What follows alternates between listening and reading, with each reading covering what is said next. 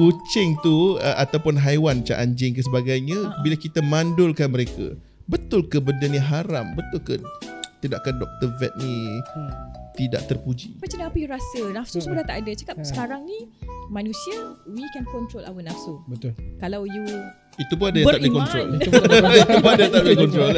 But then bila anjing babi tu terus Jatuh lah. hukum, Jatuh hukum. Terus sebab siap tahu kedudukan mana dan neraka tu ya kita. Ya. Dia kata klinik-klinik haiwan ni suka charge mahal sangat. Adakah haram? Ini buat duit apa? Duit syaraf. Come and listening to our podcast on Spotify and YouTube. And I, Ibe Shah. Dan saya Aziz Tahar. Episod sebelum ni kita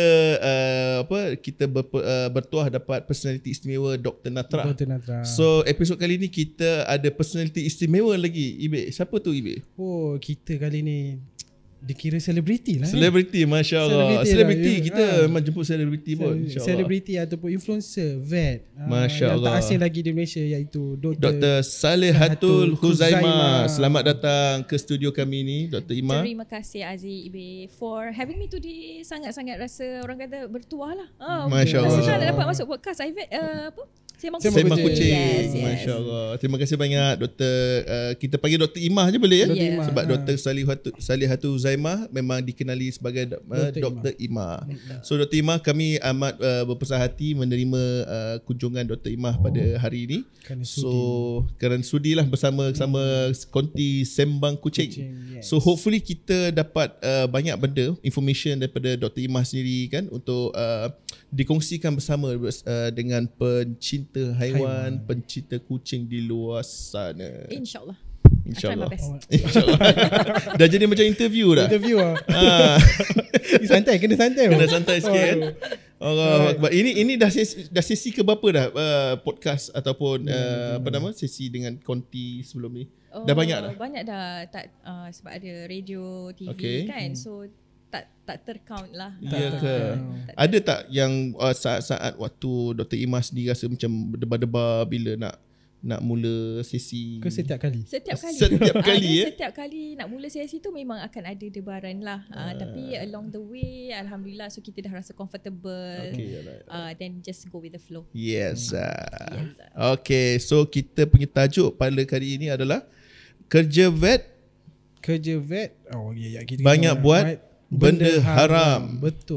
Betul ke itu Dr. Imah? So benda ni sebenarnya tajuk ni memang kita dah buat sedikit bacaan lah Dr. Imah. Kalau tak seberapa keterlaluan, kita mengenal pasti banyak sensitivity yang berlaku di sekeliling kita, especially di Malaysia ni. Betul. Di kalangan umat Islam, di kalangan orang Melayu sendiri, dan juga di kalangan sahabat-sahabat kita kaum Cina, India dan sebagainya. So ada pelbagai sensitivity berkenaan penjagaan haiwan ni, dan banyaknya tomahan lah boleh saya katakan ditujukan kepada doktor-doktor vet ni, sebab doktor vet ni buat kerja haram. Betul ke? So Dr. Imah, first kali yang kita baca, kita dapati banyak komen-komen di social media berkenaan dengan pemandulan kucing. Yes. So banyak orang kata dekat social media ni, Dr. Vet ni menyiksa haiwan. Bila kita mandulkan kucing, kita telah memutuskan kehendak naluri batin, nafsu kucing tu ataupun haiwan macam anjing ke sebagainya, bila kita mandulkan mereka, betul ke benda ni haram? Betul ke tindakan doktor vet ni tidak terpuji? So over to you, doktor. Soalan pertama terus ni je. Soalan pertama je dah apa orang kata provokatif Ya, betul. Sebab kita nak, sebab audience pun tak sabar-sabar dah dengar apa cerita ni kan. Inilah topik yang paling hangat. Betul, sebab kalau kita duk bincangkan topik pemandulan haiwan peliharaan ni is memang something yang never ending lah. There are various of pendapat, komen dan sebagainya. Tapi bila kita cakap pasal pemandulan ni, memang ada khilaf. Okay, kalau even dalam kita punya agama sendiri pun ada certain scholars kata okay, haram because of certain reasons, and ada yang kata diharuskan. Okay, why diharuskan? Kita ambil sekarang ni kita ambil hukum ataupun pendapat yang mengatakan harus is because of bila kita biarkan akan mengundang lebih banyak masalah. Contohnya banyak masalah. Ya, betul. Sebab kalau kita tengok especially dekat Malaysia lah, we have like masalah overpopulasi haiwan peliharaan ataupun haiwan gelandangan lah haiwan sekarang. gelandangan, Yes, betul, haiwan betul. gelandangan. Sebab haiwan peliharaan terjadinya haiwan gelandangan tu, one of the possibilities is that kita sendiri tak control haiwan peliharaan kita. Okay, for example, mungkin first tu kita ambil 2 ekor kan. Biasanya mestilah nak seekor jantan, seekor betina. Macam baru rasa macam complete. Ya, betul. Okay, lepas tu at one point dah cukup tempoh kematangan kucing tersebut. Of course lah, naturally akanlah berlaku perkahwinan kan. Perkahwinan dan menghasilkan anak-anak yang comel. Okay, first batch mungkin wow, suka tengok kan. Alright. But at certain level, berapa banyak yang sebenarnya kita mampu untuk tanggung bilangan anak-anak kucing tersebut. So yang itu yang akan jadi possibility of haiwan-haiwan ni dibuang, di abandon dekat mana-mana pasar, diabaikan ya doktor ya. Ya, itu yang kalau kita yang dah dibuang tu, okay, lepas tu just nasib lah. Kalau dapat ada orang bagi makan, dapat makanan. Kalau tak, mungkin kena langgar, masuk longkang dan sebagainya, kena kejar anjing dan sebagainya. Betul. Tapi kalau sendiri kita mungkin masih rasa mampu jaga, tapi kemampuan tu sebenarnya ada limitation. Betul. For example, kita kalau nak jaga haiwan ni, kita kena adalah kita punya guideline tu. Maknanya kalau you nak jaga, mesti you dah provide makanan yang seimbang, yang complete. But then if you dah terlampau banyak, adakah you mampu at certain level? Itu belum masuk keperluan kesihatan dia lagi doktor. Yes, definitely, because benda yang sangat penting yang you kena pertimbangkan. Untuk you sama ada boleh ke lagi you nak membiarkan haiwan peliharaan ni ataupun tidak. Lagi satu kan Aziz, selain daripada overpopulation tu kan, dari segi penyakit kan, kadang-kadang bila dah overcrowded, so kadar jangkitan penyakit tu lebih tinggi. Yes, so benda-benda yang kita nak cuba kawal so that kita boleh jadi manusia lebih bertanggungjawab lah. Itu sebenarnya aim untuk pemandulan tu. Bukan kita nak mudaratkan haiwan tu ke, kita nak sahaja aniaya dia ke. And then even the process of pemandulan itu sendiri tidak menyakitkan sebab dibuat di bawah keadaan anestesia ataupun bius. So kita akan pastikan kucing tidak dalam keadaan sakit. Tapi adakah doktor dia macam ada yang buka lah kecaman kata kita telah mengganggu fitrah makhluk Allah ni yang mungkin menginginkan untuk hidup berpasangan. Contohnya doktor, bila kita mandulkan dia dah tak ada keinginan, dia dah hilang lah segala benda yang patutnya. Kalau yang mana kucing jantan tu Ibi dia dah bukanlah, dia putus angin. dia macam itulah dia.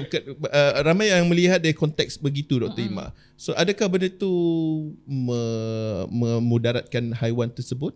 Okay, it's a good question. Sebab apa orang kata, point ni pun diguna pakai kan oleh setengah orang yang against pemandulan tu. Sebab kata nanti cuba kalau you dimandulkan, that kind of things kan. Cuba you dimandulkan, nanti macam apa you rasa, nafsu semua dah tak ada. Cakap sekarang ni manusia, we can control our nafsu. Betul. Kalau you itu pun ada yang tak boleh kontrol. Itu pun ada yang tak boleh kontrol. Itu pun tak ada kontrol. So bayangkan haiwan yang memang tak boleh nak kontrol that.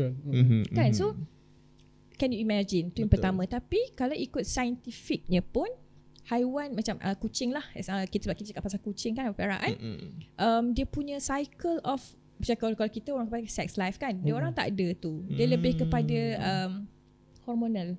Okay, hormonal. Yes. So kalau kita cut, macam contoh kita mandulkan kan, so memang kita sekat, tapi at the same time kita sebenarnya improve dia punya quality of life, sebab kita akan kurangkan stress dia daripada you tak mandulkan tapi you tak bagi dia mating. So kucing akan lebih stress. Dia lagi stress doktor dia nak kahwin tapi tak dapat. Sebab keperluan hormon dia tu tak dipenuhi. Itu ke yang boleh punca kucing lagi pada rumah. Yes, kucing daripada rumah, kencing merata, berak merata, pandai dia lagi rumah dah. Dah jaga dia lagi rumah Rupa dia cari gepret. Aduh. Okay, alright. Okay. So Ibe, ada apa Ibe nak tambah ke berkenaan dengan pemandulan kucing ni Ibe? So kalau bagi saya lah, saya pernah dengar Ustaz Yusof cakap, dia jatuh haram kalau kita mandu kucing jiran kita. Betul tak? Yelah, betul mana betul sebab tiba-tiba bukan ambil kucing kucing kita. Bukan kucing kita. Tak tanya tiba-tiba Jid mandul. Mandulkan kucing. Mungkin dia geram kot kucing Dia tu geram. beranak pinak tak berhenti-henti. Berhenti-henti, Dia betul. mandulkan siap mak tu. Betul. Betul. Dia mandulkan dulu. Ya tu salah lah. Salah lah sebab Itu salah tanpa lah. pengetahuan lah. Ya betul betul. So Okey. banyak lagi dari segi apa, kalau kita tengok social media sekarang, kalau contohnya kita as a Muslim, kebanyakan perempuan kan, kita punya VA banyak perempuan kan Jazik.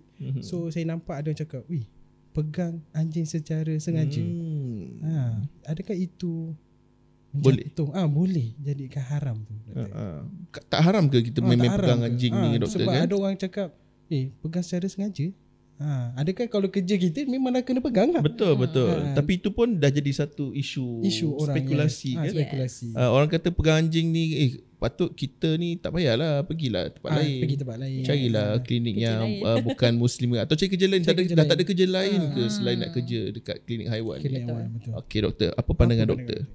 Oh, pandangan saya tentang topik ni kan memang sangat-sangat apa orang kata, again it's a never ending punya story lah. Okey. Memang Betul. setiap orang kita dah bagi education pun sometimes they cannot accept it, ataupun ada je cycle baru yang mungkin orang tu tak ada terdedah lagi dengan ilmu veterina ni. Okey. Yes, sebab kalau kita tengok sebelum ni mungkin kalau kita bukan dalam bidang ni pun mungkin akan ada persepsi yang sama. Tapi mungkin kita bertuah because of kita dalam bidang ini, dan kita it's one of fardu kifayah yang kita lakukan.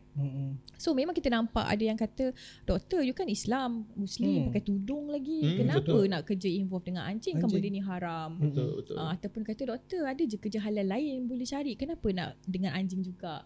Ataupun kenapa nak rawat anjing? Biarlah orang non-Muslim yang rawat. Then Betul. yeah, so basically I would just put it as okay. Dalam Islam sendiri pun tak ada pun limitation mengatakan Islam tak boleh pegang anjing hanya untuk non-Muslim saja, tak ada. Even dalam Islam sendiri ada cerita banyak sejarah yang berkaitan dengan anjing itu sendiri membantu sahabat-sahabat Nabi sallallahu alaihi wasallam dan sebagainya. So it's something that you have to look broader lah. Okay. So bila berkaitan dengan haram, every time pun kalau kat Malaysia ni I would say yang haram tu hanya anjing dan babi saja. Benda-benda lain macam dah biasa, so sweet, til jannah dan sebagainya. But then bila anjing babi tu terus lah. Jatuh hukum. Terus sebab siap tahu kedudukan mana dan neraka tu ya. Kita itu yang tu, biasa yang kita dapat lah. Maksudnya every time ni memang berdosa besar lah, tak diampunkan Tuhan dan sebagainya. But then bila kita buat education, anjing tu sendiri adalah makhluk Allah yang kita perlu berihsan. Whatever means, as long as kita tak menganiaya dia, then Allah pun tahu apa kerja kita. And even in Al-Quran also there's no one nas yang mengatakan haram sentuh anjing. Cuma if you have sentuh because dia masuk kategori najis berat kan, najis berat atau najis mughalazah, then we have to clean ourselves with a certain guidelines yang telah ditetapkan. Betul. Itu pun mengikut mazhab tertentu. Even kita dalam Islam pun ada 4 mazhab utama. Different mazhab have different khilaf. So janganlah rasa macam contoh certain orang tu mungkin dia berpegang pada mazhab selain daripada Imam Syafi'i, then you terus judge dia keluar pada Islam. It's not fair. Betul. It's not fair because of you have to kaji juga setiap scholars itu bagaimana pendirian dia dan juga pendapat dia.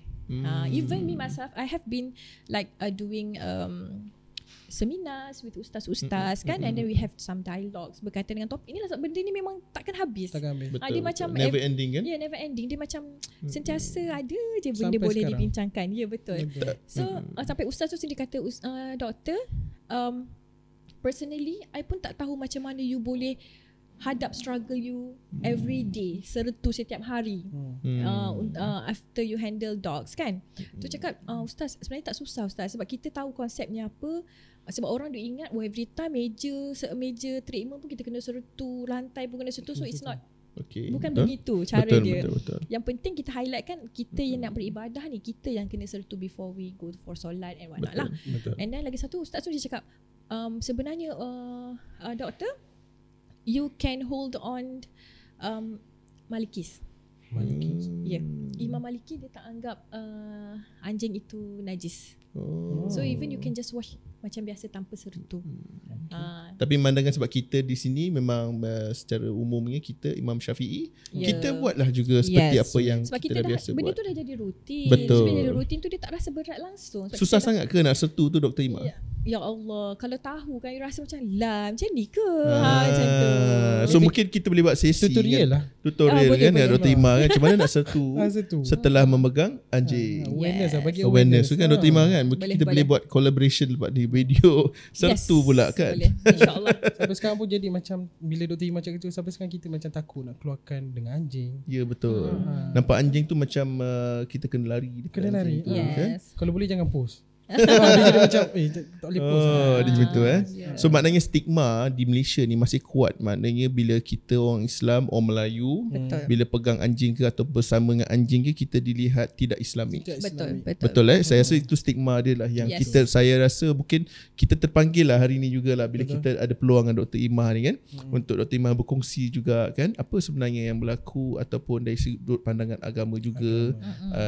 Of course ada orang kata berkenaan dengan bicara hal agama ni kita serahkan pada ahlinya. Betul. Tapi saya percaya Dr. Imah sendiri pun, kalau pendengar-pendengar di luar sana pun kalau boleh cari video-video ke sebelum ni bersama dengan ahli agama juga, saya percaya komen yang lebih kurang serupa seperti apa yang dikongsikan Dr. Imah tadi. Yes. Alright, itu berkenaan dengan anjing. So tadi Dr. Imah ada sebut babi kan? Babi.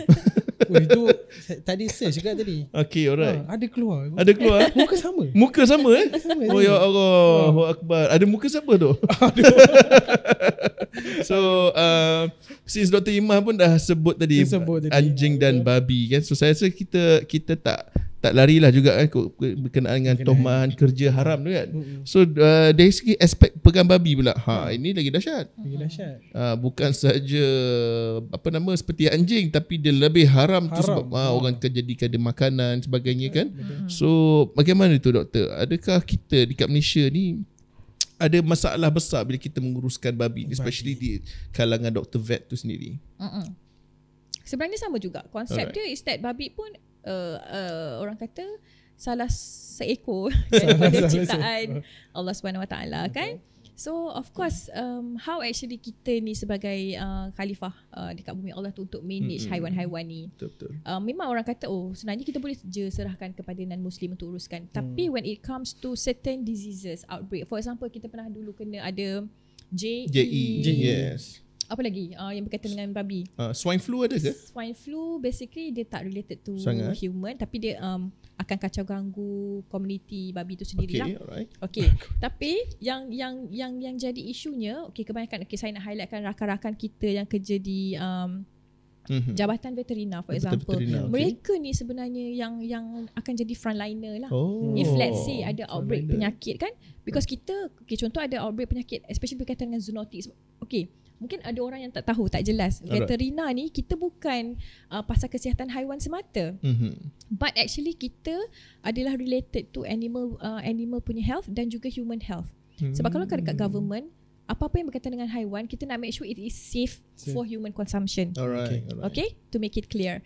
Okay, so that one, itu yang sebenarnya. So kalau apa-apa jadi berkaitan dengan penyakit yang berjangkit, zoonotic disease for example, vet yang dekat yang akan ke lapangan ni is dia tak boleh nak hantar non Muslim je, tak boleh. Sebab kalau kat government lagilah non Muslim tak ramai. Betul. Tak ramai yang ada dalam government sector. So rakan-rakan kawan-kawan kita ni lah yang Muslim, yang Melayu sendiri yang akan pergi ke ladang-ladang untuk hadap all these cases. Mesti nak kena call ke, nak buat test ke, nak ambil sampel dan sebagainya. So mereka inilah yang akan terdedah dulu kepada jangkitan penyakit if let's say ada. So benda tu sometimes orang tak nampak tau kita punya struggle, kita punya peranan, kita punya pengorbanan dekat situ. It's not just simply kita peluk-peluk je, tak ada. Tak ada. Itu mungkin candid shot lah saya rasa. Ya, itu lebih pada kita pun nak healing kan. Healing waktu sometimes tu lah. dengan haiwan peliharaan ni kita, that's how actually kita heal ourselves lah. Kan? Among doktor veterina kan. Betul. Yes. And then itulah dia, bila stigma tu sangat kuat doktor kan.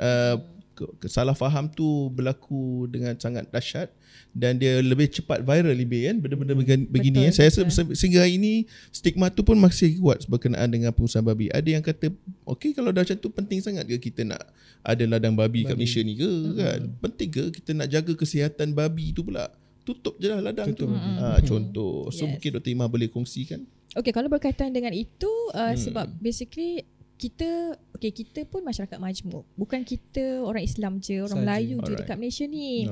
So we have to consider of other kaum yang bagi mereka babi tu tak ada masalah. Okay? So it's just how actually we manage it.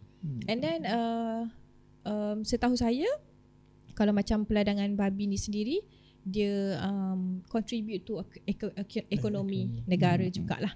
So boleh tak saya buat kesimpulan lah Dr. Imah kan, IB juga kan. Maknanya kita melihat industri vet ni sebenarnya sangat mencabar kan. Betul. Dan bila kita sentuh pula kisah tadi industri babi, ladang babi ni kan. So dia satu benda yang sebenarnya sangat sensitif dekat kalangan masyarakat Islam Melayu kita kan.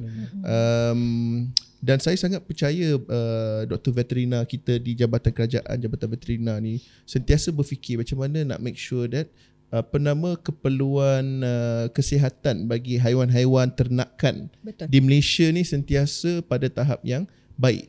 Yang macam Dr. Imah bagi tahu tadi lah, supaya dia selamat untuk consumption manusia dan sebagainya. Saya rasa itu adalah benda yang perlu lebih kritikal untuk kita fikirkan. Yes. Kan, way forward sebab dia berkenaan dengan food security, food safety kita di negara ni kan. Dia tak terbatas pada babi saja. Dia juga termasuk lembu, kambing sebagainya. So nampak. So benda tu zoonotik ni dia saling berkait dan pentingnya kepada kesihatan manusia tu tak dapat dipisahkan. Yes. Kita memang sebenarnya kalau ikutkan Aziz, kita memang dalam satu ekosistem tu kan, kita saling bergantung antara satu sama lain. You cannot be selfish lah. Kalau macam tu semua haiwan ni tak ada, then you saja ke nak duduk kat bumi Allah ni. Kita pun percaya setiap ciptaan Allah Subhanahu Wa Taala tu ada sebab dia, ada hikmah dia, ada fungsi dia. Ada fungsi tersendiri. Okay, betul, clear. Sangat clear Ibi. Clear. Dah full stop.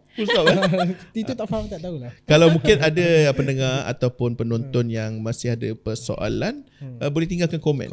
Kan boleh tinggalkan komen di ruangan komen. Dekat YouTube boleh. YouTube dekat boleh. Spotify di Spotify pun ada. So kita mungkin boleh kupas lagi concern anda berkenaan dengan isu yang kita kupas pada kali ini, supaya kita pun kalau dapat peluang lagi bersama Dr. Imah dia akan datang, kita boleh collect balik apa concern anda. Kita boleh jemput, kita cuba dapatkan masa bersama Dr. Imah dia akan datang, so dan kita boleh buat perkongsian lagi kan. So insyaAllah.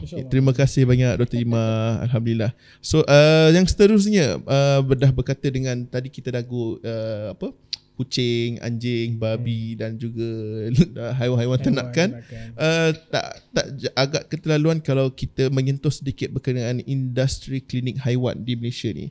So umum mengetahui Dr. Imah juga mempunyai klinik haiwan yang sedang diusahakan juga sekarang.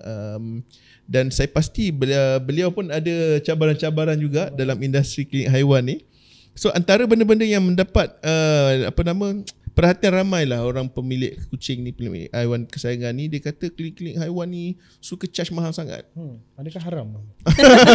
Ini buat duit duit secara haram ni kan. Apalah menindas, mengambil kesempatan ke atas haiwan-haiwan yang sedang sakit, haiwan-haiwan jalanan ni. Kita nak selamatkan haiwan jalanan ni, stray cat, stray dogs ni, tapi bila hantar ke klinik dia charge mahal. Ambil kesempatan betul klinik haiwan ni. Macam mana ni? Haram. Tindakan tu juga haram, buat kerja haram. Semua benda ni berkait balik haram kerja vet ni. So apa pandangan Dr. Imah? Okay, yes, I think perkara macam ni kan berkaitan dengan vet ni nak buat untung je kan. Charge mahal-mahal, pergi haji balik hari. Itulah term yang biasa. Pergi haji balik hari. Okey, itu itu first time tu dengar tu. Umrah lah boleh. Umrah tu kan, dia haji balik hari. Haji balik hari. So ya, kita pun terkesan jugalah dengan tuduhan-tuduhan yang tak berasas begini kan. I think bukan saya sahaja, tapi semua, I would say semua klinik akan hadapi tuduhan sebegini. Especially bila berkaitan dengan rawatan, kos-kos lah, bil-bil rawatan haiwan tersebut, di mana Yes, memang kita tak deny, memang agak expensive. It's because of ini yang kita itu nak tahu tu. ni. Jeng-jeng cerita, mari cerita sikit. So basically mesti bersebab. Bukanlah kita saja-saja nak letak harga sebegitu kan. Kalau ikut kita ni, ikut simpati ni, semua nak bagi free. Betul. Kita ni jenis macam kesiannya Passion, tak sampai hati kan. Itu yang kita awal-awal tu sakit juga terduduk masa buat bisnes awal-awal kan. Because kita punya simpati tu terlampau-lampau. Kadang orang kita tengok animal tu sakit, kita yang buat bil ni, macam tinggi sangat ni, bagilah diskaun sikit. Kita sendiri voluntarily bagi diskaun sebab kita rasa macam kesian orang ni pun nak tolong kan. Okay, so this is my part, this is our part yang we can help. Okay, yes. tapi bila dah bagi diskaun tu, ada tu melampau pula. Asyik-asyik pun minta diskaun pun ada tu kadang-kadang benda yang tak perlu diskaun pun nak diskaun juga. So yang point kenapa harga tu mahal ataupun cost tu jadi tinggi is because of veterinary punya drugs. It's not cheap. Okay, dia bukan macam ubat-ubat yang kita dapat dekat klinik. Sebab satu, kita pun tak di cover dengan subsidi. Betul, tak ada subsidi kan? Ya, tak ada subsidi. And kebanyakan ubat-ubat dari luar negara, dia ada spesifik ubat yang memang khas for veterinary use. Okay, iaitu lebih selamatlah digunakan. Tu yang pertama. Yang kedua, bear in mind, our patients cannot talk. So bagaimana kita nak diagnose penyakit-penyakit ni? Kita tak ada x-ray eyes, we don't have that. Dari jauh kita tengok dia dah ada sakit buah pinggang, dah ada sakit hati, dah ada sakit jantung. No, we cannot see that. Scan ya, kalau kebiasaan kalau ada kan. Hebat tu. Best tu. Tapi malangnya tiada. So memang kita akan bergantung pada machines, instruments yang lebih advance lah untuk kita kenal pasti penyakit tu dengan lebih tepat, accurate. Yes, sebab kita pun tak nak lah nanti misdiagnose, nanti kena lagi vet ni kan salah rawat pula. Faham tak? Kita ada macam-macam pressure dari pelbagai sudut, dari pelbagai arah lah sebenarnya. Bila kita tak buat gini, doktor tu tak, dia pun buat macam ni, macam ni atau penyakit I. Bila buat, mahal pula. So macam aku nak buat apa sebenarnya ni? Bila salah pun kena juga. Yes. Betul. Yes. Kan apatah lagi lah apatah lagi kan. And then bayangkan, kebanyakan contoh, if diorang hantar stress kan, you can imagine tak how actually they are presented. Okay, macam mana tu doktor? Kalau datang mungkin dah patah riuk, mata dah terkeluar, rahang dah tercabut, that kind of things because of stress. You cannot imagine how actually they live outside. Specific test yang mungkin nak kena buat further. So benda tu semua cost. It's not cheap. Even the machines also, I would say tak murah. Tak murah. Ya Allah, kalau RM1 Syok tak, yang ni ratus ribu. Masya Allah. Satu mesin je pun boleh jadi ratus ribu. So betul. How actually we want to, sebabnya bila kita charge ni, satu is because of the penggunaan mesin tersebut lah. Mana perlunya mesin tu untuk bantu diagnose. Betul. And then of course dengan kos yang itu kita boleh bantu lagi patients kita yang lain. So orang tak nampak yang tu, dia nampak kita charge, dia nampak yang mahal kan, tapi dia tak tahu di sebalik itu. Even kita ada tu, kita terangkan, ada yang faham, alhamdulillah. Tapi ada yang still rasa macam you sayang haiwan, you buka klinik mestilah you kena buat charity, yang ni mestilah you kena tanggung the cost. Hello, you nak masuk syurga, adakah orang lain yang kena buatkan pahala untuk you? Betul. So I was thinking of subhanallah, ya Allah, bantulah, tingkatkanlah kesabaran hamba-hambamu ini kan. So these are the things that kita memang face. Bukan, I would say semua vet, even Aziz kan, kita pun tahu kita dalam industri yang sama. So even kita bersembang pun benda ni tak lari, mesti akan bincang juga hal-hal berkaitan dengan charity dan sebagainya. So yang orang tak nampak, kita buat charity. Gagal kata, takkan you tak buat charity? No, you don't understand. Kita buat charity, kita tak tunjuk. You tak pernah tahu berapa puluh beratus ekor kucing yang kita dah neuter. Bantu dah ya. We have do TNRM without telling you guys. So it's not good for you to judge as kita tak buat charity at all. Maknanya saya percaya eBay juga kan, saya rasa bukan hampir lah, semua klinik vet yang ada di Malaysia ni lah khususnya, mereka pasti ada inisiatif untuk buat charity ni kan doktor ya. Betul. Cuma mereka tak adalah nak tunjuk. Takkan kita nak buat macam tu, nak tunjuk satu dunia kan. Mungkin ada inisiatif tu mungkin yang berkait dengan badan berkuasa, contoh dengan PBT. ada PBT charity ke yes, kan. Tapi itu one of the initiative lah. Betul. Tapi selain daripada hari itu atau waktu tu, saya percaya klinik veterina lain pun pasti ada buat charity ni kan. And then itu yang pertama. Yang keduanya, adakah pada pandangan Dr. Imah sendiri lihat di Malaysia ni masih orang Malaysia melihat haiwan ni dia ada double standard. Maknanya dia belum lagi tahap percaya yang bahawa pentingnya keperluan kesihatan ke atas haiwan peliharaan mereka ni. Adakah wujud lagi isu begitu dekat Malaysia ni? Yang menyebabkan dia persoalkan mahal lah apa dia tak boleh terima. Betul. Alright. Sebab to me apa yang berlaku ni is because of the awareness of compassionate tu tak ada. Di mereka masih rasa haiwan je. So boleh benda macam tu. So dia tak appreciate haiwan tu sebagai nyawa yang kita perlu concern juga. Betul. So tu yang jadi isu lah, sebab dia rasa macam bukan kepunyaan dia, ataupun rasa macam alah haiwan je, kenapa aku nak kena spend that much kan. So benda ni memang masih ada, cuma mungkin I think it's improving because kita nampak kebanyakan pet owners ataupun pet guardians sekarang dia sayang dia punya haiwan peliharaan tu macam anak, macam ahli keluarga. So it's very good. Bukanlah kita nak humanize haiwan tu jadi orang kan. Betul, tak betul. Tapi how actually kita appreciate the life. Itu sebenarnya kita nak cuba pupukkan. So no matter what type of animal, tak kisahlah kasta apa ke contoh kan. So we have to still appreciate haiwan ni. Sehingga ada pepatah yang mengatakan, doktor, if you want to see how civilized a country is, you look how they treat the animals. Betul. Ya, ada jugalah kebenarannya, doktor. I would say it's very accurate. Sebabnya kalau you memang ada sifat kasih sayang terhadap makhluk lain kan, you can imagine how actually dia boleh layan manusia lain. Masya Allah, tabarakallah. Kan dahsyat tu. It touch. Cik. Deep eh. Deep dah deep. Itulah doktor, biasalah kan, itu adalah benda-benda yang selalu diutarakan lah dalam dunia industri klinik haiwan ni kat Malaysia kan. And then kita selalu bila ada sesi ni, kita tak akan lepas untuk bertanya benda luar daripada tajuk kita, Ibi. Boleh. So mungkin bila kita tanya dengan Dr. Imah lah kan, pengalaman Dr. Imah lah kan. Dr. Imah dah lebih 10 tahun, saya rasa 13 tahun. 14 tahun dah dalam industri ni. So dan sepanjang 14 tahun tu mesti banyak pengalaman kan. Ada tak pengalaman yang paling lucu Dr. Imah pernah encounter sepanjang bergelar doktor veterina? Yang ini yang memang saya ingat sampai sekarang lah. Sampai sekarang. Ni kiranya masa tu saya barulah buka klinik di Kota Kemuning kan. Kota Kemuning, alright. Okay, so masa tu waktu rehat lah. Okay, kami masa tu staff rehat dekat ruang menunggu masa tu. So ada one of our client buka pintu, tanya soalan lah. So kita pun okay, ada orang tanya. Lelaki ke wanita? Lelaki. Oh, lelaki. Seorang jejaka ya. Jejaka. So dia pun buka pintu tanpa buat apa-apa sebab dia seorang je. So dia kita seorang cakap mungkin dia nak tanya kot buka pukul berapa ke, servis apa dan sebagainya. So kita pun okay ya cik, dia pun buka pintu. Tapi dekat pintu je dia buka pintu. Doktor tolong saya, burung saya tak nak bangun. Burung tak nak bangun.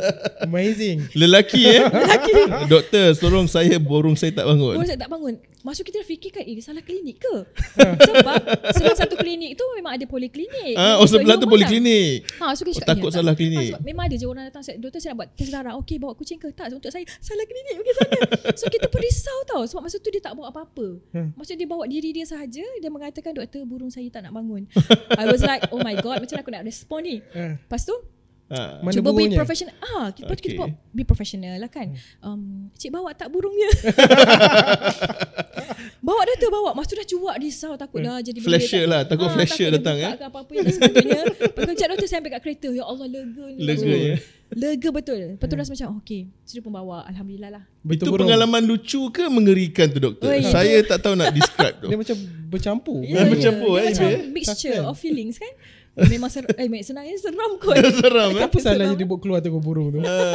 Dia nak check dulu. Takut dia pun tersalah klinik. So okay lah, saya boleh kata itu pengalaman lucu dan mengerikan. Ada tak pengalaman yang mengerikan, yang menakutkan, yang mendebarkan Dr. Imah sepanjang jadi doktor vet ni? Mungkin waktu tu it's a matter of life and death ke, atau it's a matter of whatever lah yang during keadaan tu yang mendebarkan, ada tak? Kalau ikut mendebarkan, I think each and every situation memang mendebarkan, especially bila kita nak selamatkan ataupun kita nak make sure haiwan tu dalam keadaan baik, boleh survive ke tak. Okay, yang tu secara benda tu macam orang kata continuous lah. Okay, tapi yang I remember, yang I rasa macam okay, takut juga, maknanya macam kalau kena ni habis lah macam tu. Macam tu I pernah kena attack dengan anjing lah. Yes, dia kena gigit sikit. Kena gigit kena gigit. Anjing apa breed apa tu doktor? It's a local breed sahaja, tapi breed. memang anjing tu pun memang owner pun dah bagi tahu dia agak agresif lah, dia tak biasa jumpa orang, memang only in dekat dalam compound rumah saja untuk jaga rumah kan.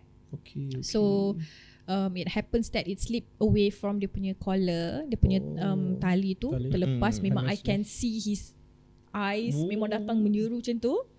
I was like, okay, I'll be dead. Matilah jangan macam tu. Masa tu dah rasa macam matilah aku macam tu lah. But then because of kita, we know how actually to handle. To face that kind of situation.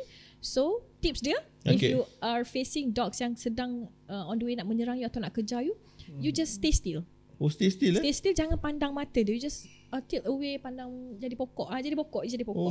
Macam nak berhadapan dengan beruang jugalah. Yes, you stay still. Because of anjing, dia akan kejar benda yang bergerak ataupun benda yang dia rasa akan trigger dia. So masa tu I just twist, I just pusing badan, palingkan badan, tak menghadap dia, I just peluk tubuh. That's why masa tu dia sempat bite sikit my hand. Alright. But then it's not like punctured wound lah, but lacerated. Dia macam calar je lah. Sakit dia juga. Sakit. So masa tu duk fikir kalau kita tak handle betul-betul ataupun tak bernasib baik, probably macam-macam tragedi lah boleh berlaku. So itu I rasa macam that what makes me macam I rasa kalau orang yang kata kita ni saja-saja je nak belai-belai anjing untuk rawat, they have to face the dog first. Okay. Cubalah cuba. Yes. Cubalah sikit. Cuba try. Sebab kadang-kadang orang cakap kan, alah kalau pegang untuk merawat tak apalah ni, kenapa nak kena belai-belai? The process to merawat is you have to belai first. You tak boleh terus terjah je. Betul. Itu yang orang tak faham lah. Dia ingat macam kita saja-saja. Betul. Itu pun ramai yang orang kaitkan bila mereka tengok social media Dr. Imas sendiri kan, pergi ke rumah rawat anjing kan. Ramai yang petikai kan, kenapa lah Dr. Melayu ni kan pergi masuk nak pergi jumpa anjing lah pula. Dah tak ada doktor lain dah ke? So tapi itulah pengorbanan seorang doktor vet apabila diperlukan khidmatnya untuk berkhidmat kepada makhluk Allah Subhanahu Wa Taala. So itu boleh ke? Sorry, saya nak tanya macam Dr. Ima. Macam Dr. Ima kan dia quite famous dekat social media. So bila Dr. Ima keluar video-video macam tu, so ada kritikan tak yang Dr. Ima terima? So macam mana Dr. Ima handle? Depress ke, pernah ke depress ke macam depression stress ke ataupun macam malas aku. Dia macam tu. Okay, kalau cakap pasal kritikan, I would say a lot lah.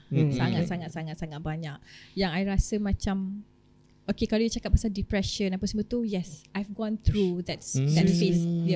Daripada depressed, daripada rasa macam you want to give up, you rasa macam it's useless educating our society. Sebab kita rasa macam pointless lah. You bagi tahu, even you have facts, you have explanation, but then they still don't want to understand. They still rasa macam saja je. Ni doktor ni memang saja nak attention, that kind of things.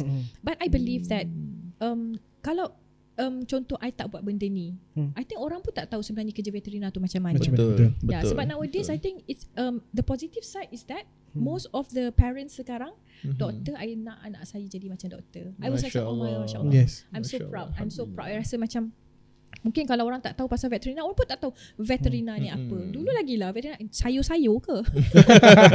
Ada satu ketika dulu kan doktor veterina ni doktor lembu. Jaga lembu ke? Doktor lembu doktor lembu doktor ayam kan. Doktor ayam kan. So kita cuba broadkan lah. Maknanya kita nak mereka tahu yang apa sumbangan veterina ni dalam industri, dalam negara, even dalam agama juga. Betul. So benda ni lah I rasa I have been facing macam-macam tomahan, macam-macam ugutan, even ugutan pun pernah. Ugutan pun ada doktor yang paling dahsyat doktor pernah terima. Dia kata if kalau aku jumpa doktor ni kat luar, aku bantai je kepala dia. Macam tu lah. Sebab dia kata macam I ni memalukan agama lah.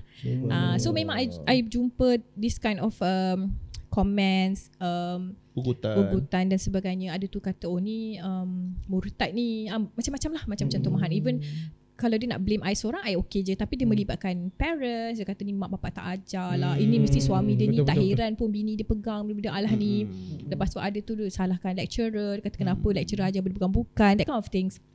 So memang cakap pasal depression, I had my depression since bukanlah depression sangat pun. Kita rasa down lah. Yelah, Because of course. orang cakap macam ni kan. Even my dad sangat-sangat kata, Long, you buat apa-apa pun, remember, this is Allah have chosen you to be at this path.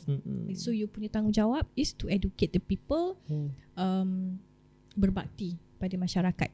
Never stop doing it. Yes, never stop doing it. Itu yang pertama.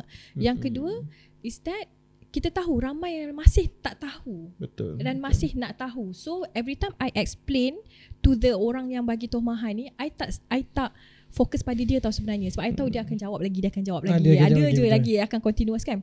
Tapi I akan highlightkan kepada orang yang nak tahu. Sebab kadang-kadang orang kata, oh doktor ya ke, saya tak tahu pun benda tu macam tu. So I akan fokus pada orang yang nak mendengar dan orang yang nak ambil tahu. So that's why I fikir ramai lagi yang tak tahu. So that's why I continue lah. Sampai sekarang. Alhamdulillah. Kita bertuah di Malaysia ni, kita ada personality seperti Dr. Imah untuk terus berjuang. Maknanya walaupun dihujani kritikan, ancaman, ugutan, beliau tak putus asa. So mungkin ada hikmah yang Allah berikan semua benda ni. Mudah-mudahan kita semua, khususnya rakyat Malaysia, umat Islam, kaum Melayu kita sendiri yang banyak persoalan. Saya mungkin tak rasa lah kalau diorang ni tak pandai doktor. Saya rasa mungkin diorang ni kurang informasi, kan. Mungkin tidak ada, mungkin benda ni agak tabu untuk dibincangkan, agak tabu untuk kita nak praktikkan sebagainya. Bukan satu budaya Melayu, budaya Islam kita sejak zaman berzaman. So bila dah banyak zaman berubah, benda-benda ni ada satu peluang untuk kita ketengahkan, bagi tahu inilah profession seorang doktor veterina. Dia Kan? sebab mungkin bukan kebiasaan kan. Betul. Dia bukan macam cakap lah, macam Aziz, bukan budaya. Bukan budaya kita tak biasa, benda tu tak biasa. So dia akan rasa macam, oh benda yang tak biasa ni, tak payah nak biasakan. But to me, benda yang betul perlu dibiasakan. Perlu diberitahu. Perlu diberitahu, perlu diinform, perlu create lah awareness tu. At least you ambil tahu pun tak apa. It's not that you have to do it. Tak apa mesti you kena, kalau doktor penganjing, kita pula galakkan masyarakat penganjing. No. Kalau you bijak, kalau you rasa tak perlu, tak payah. Yes, kan? Betul. So benda macam tu lah. So I dapat je cakap, doktor ni you tunjuk macam ni, nanti you mempengaruhi kita punya anak-anak muda ni, pegang-pegang anjing pula, nanti you kena tanggung dosa diorang. Kenapa pula I kena tanggung dosa orang ni? Dalam Quran sendiri, dosa you, dosa I kan. So that kind of thing. So I rasa macam banyak benda yang kita boleh, orang kata orang tak faham. Yes. And then memang kita ni memanglah kena buat sesuatu lah. Mungkin sekarang kita tak nampak kesan dia, tapi I don't want my kids to be stupid as I am. I was sebelum ni. So I really wanted them to get to know something. Kalau you tak involved in my profession, but at least you know how actually I work. How actually I contribute to the society. How actually I bersusah payah lah. Bukan I saja. I cakap, okay, this is my friends, they have been struggling with these issues. Like sampai sekarang, never ending. Betul. So saya rasa kita dah sampai ke penghujung. Tapi sedar tak sedar, sekejap dah dekat sejam dah kita bersama Dr. Imah ni. So terlalu banyak isu-isu yang kalau kita nak kupas ni, saya rasa 2 jam pun tak cukup kan. Betul. Kita boleh buat session lain. Kita boleh buat session lain lagi Dr. Imah. Masya Allah. Part 2 kita ada part 2 nanti. Kalau sekiranya pendengar semua inginkan lagi sesi kita bersama dengan Dr. Imah, please leave your comment kan, beri cadangan apa lagi tajuk-tajuk yang kita boleh bincang, sembang kucing bersama dengan Dr. Imah untuk sesi-sesi akan datang, right? Asyik, I nak tambah sikit. Yes, betul. Sila. I rasa when this thing happen, kita duk share pasal kita punya relationship with the animals kan, especially the dogs. Apa yang positive side yang I nampak is that the non-Muslims really respect us. Okay. Because it seems like they also don't know, because dia pun tahu, doktor, you pakai tudung, boleh ke you pegang anjing? The first client yang I dapat dulu masa kerja, dia macam nak bawa anjing, dia takut. Rasa macam dia macam sebersalah. Boleh ke doktor ni nak sentuh anjing kan? So I show him how to do sertu. Dia siap cari produk tu untuk buat. Dan dia pun buat juga. Ya, sebab dia kata, I know Islam is bersih. I was touched masa tu. I rasa macam benda tu I lupa nak cakap, because I rasa this opens up, bukan kita kaum kita saja, bukan orang agama kita, agama kita saja, tapi actually it opens others' eyes, mind and heart. Dengan kata lain, apa yang dibuat sebenarnya adalah salah satu ibadah dan juga kita boleh menyebarkan sebenarnya kebaikan Islam tu. Yes. Secara tak langsung. Faham tak? Betul doktor, betul. Kita pun selalu juga dapat kan. Ada yang mana yang non-Muslim datang ke klinik, dia macam tu peranjat dia ingat kan klinik ni non-Muslim ke sebagainya. Bila tengok tim kita pun semua orang Islam kan. So dia terperanjat, boleh ke you orang ada anjing ni semua kan. So I think the stigma pun satu benda yang kita kena address juga doktor. Yes. And then I think it is important untuk platform-platform yang kita ada seperti yang Sembang Kucing ni kan. So then everybody ada peluang untuk dapat information kan. So banyak lagi benda yang kita boleh kupas. So kita boleh berkongsi apa ilmu, sebab setiap orang ada ilmu, ada pengalaman, ada skill yang tersendiri yang saya sayang kalau kita tak kongsikan bersama Dr. Imah kan. Betul. So with that kita sebelum akhiri kita punya sesi di eBay, ada apa eBay nak tanya lagi pada Dr. Imah sesi kita ni? Macam saya terfikirlah, maybe ini last Okay. Maybe saya terfikir macam student untuk menjadi vet je. Okay, kan? alright. Kalau kita nak menjadi vet, bila dia tengok Dr. Imah tu kena kecam apa, macam mana? Adakah Dr. Imah nak bagi satu semangat yang diorang pun boleh teruskan legasi tu? Kadang-kadang dia macam takut, dia macam penat juga jadi vet ni. Adakah Dr. Imah penat menjadi vet? Tipulah kalau tak. Tipulah kalau tak. Tapi tu macam cakap, kita kena teruskan. Sebab I always believe that untuk jadi vet ni kita memang selected. Tak semua orang yang boleh nak hadap emosi yang tak stabil dengan the death dan abusive manners from clients sometimes kan. Betul. Even from the society also. So I would say penat tu ada. Tapi of course ada something yang actually kurangkan penat tu with the healthiness of the pets yang kita dah treat, the clients yang lebih baik dan lebih appreciate kita. So benda tu yang buat kita stable lah sebenarnya. Itulah menggembirakan doktor. After a long day, right? Betul. Sometimes kita dah lupa dah yang kita rasa macam sakit hati tu because of kita surrounded by lebih banyak positive people. Masya Allah. So I would say kalau you betul-betul dah nak be in this field, memang you kena kental lah. Kena kental Yes, kena kental. I know it's not easy. I would say you will be struggling.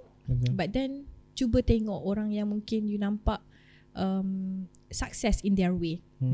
How actually you want to do it your ways.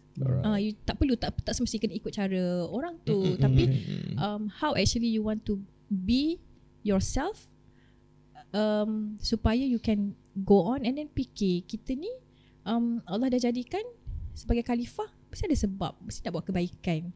Just fikir about that, humanity, that kind of things. Benda tu pun dah sangat kuat dah sebenarnya untuk kita stay on this path lah. Masya Allah. So I think that concludes our tajuk kita hari ni. Betul. Kerja vet banyak buat benda haram. Sebenarnya ia boleh kita di-explainkan semula kepada pendengar bahawa sebenarnya banyak kebaikan daripada profession vet ni sendiri. Dari segi banyak sumbangan dia kepada industri, kepada komuniti, kepada masyarakat, kepada negara. Dan kita just harap audience dapat banyak input pada hari ini. Kalau masih yang ada ragu-ragu ke kata kerja ni banyak vet ni banyak kerja haram, saya harap mereka dapatlah terimalah informasi yang Dr. Imah kongsi bersama kita hari ini. If masih lagi ragu-ragu, boleh kita ada sesi lagi akan datang. Boleh DM je dulu. Boleh DM dulu boleh DM je soalan dulu. So before kita berakhir, just nak sharing anda semua, Dr. Imah juga seorang pengusaha, ada klinik beliau sendiri iaitu Servue Veterinary Clinic dan juga Trio Veterinary Clinic. Trio Veterinary Clinic. So boleh dapatkan maklumat berkenaan klinik Dr. Imah juga melalui social media di Instagram, di TikTok TikTok Dr. Imah. Apa nama TikTok Dr. Imah? Dr. Imah _vet. Dr. Imah _vet. Masya Allah. Okay. Tapi ramai dah follow. Ramai dah follow Pecinta haiwan semua dah ramai follow. Yelah, bagi yang masih belum lagi kan, mungkin dah cakap apa Dr. Imah ni kan. So kita always believe that ramai lagi yang tak tahu ni kan. Betul. So I think this is one of the way yang platform kita ni kita kita boleh ketengahkan banyak lagi personality dalam industri kita ni, supaya persoalan umum tu boleh dijawab dengan lebih santai lah, dengan cara macam ni kan. With that, terima kasih banyak-banyak Dr. Ima for your valuable time. Terima kasih. Terima kasih banyak. Harap kita dapat bertemu lagi dalam banyak sesi akan datang. InsyaAllah. Amin. InsyaAllah. Dan saya nampak pakai apa nama? This one Solidarity for Palestine. Semua kita sama-sama doakan kepada saudara kita Islam di Gaza, di Palestin, agar diberi kekuatan oleh Allah Subhanahu Wa Taala untuk mengharungi tempoh-tempoh sukar ini. Kita di Malaysia ni, kita laksanakan apa yang kita mampu, peranan kita sebagai umat Islam, sebagai manusia juga secara umumnya, walaupun yang bukan Islam, sebagai manusia, apa yang kita boleh bantu, apa yang kita boleh sumbangkan kepada rakyat di Palestin, insya-Allah. With that, Ibe, so ni penutup lah. Conclusion dia kepada yang nak tengok episod seterusnya, okay, stay tune. Kita ada lagi banyak lagi personality akan datang. So stay tune. Kita akan bawakan lebih ramai lagi personality untuk berkongsi dalam platform Sembang Kucing. With that, terima kasih banyak sekali lagi Dr. Ima. Assalamualaikum warahmatullahi wabarakatuh. Alright, thank you.